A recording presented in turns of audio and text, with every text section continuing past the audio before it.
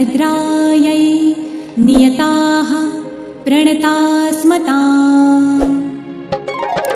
या देवी सर्वभूतेषु विष्णुमायेति शब्दिता नमस्तस्यै नमस्ते